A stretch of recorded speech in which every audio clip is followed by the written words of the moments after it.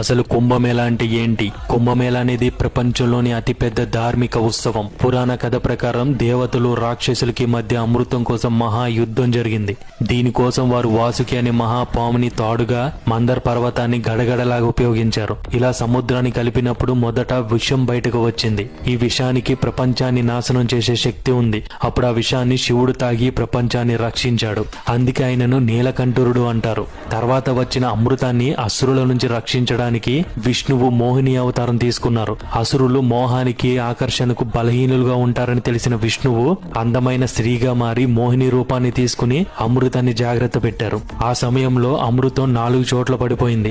హరిద్వార్, ప్రయాగ్రాజ్, నాసిక్ మరియు ఉజ్జయిన్ లో ఈ ప్రదేశాల్లోనే కుంభమేళ జరుగుతుంది. మహా కుంభమేళ 144 ఏళ్లకు ఒకసారి, పూర్ణ కుంభమేళ 12 ఏళ్లకు ఒకసారి, అర్ధ కుంభమేళ 6 ఏళ్లకు ఒకసారి జరుగుతుంది. ప్రస్తుతం మహా కుంభమేళ ఉత్తరప్రదేశ్ లోని ప్రయాగ్రాజ్ లో జరుగుతుంది. తదుపరి పూర్ణ కుంభమేళ 2037లో జరుగుతుంది.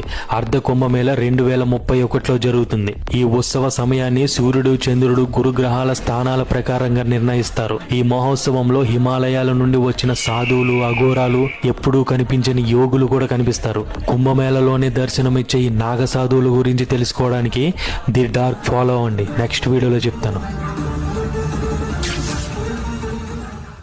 అసలు కుంభమేళా అంటే ఏంటి?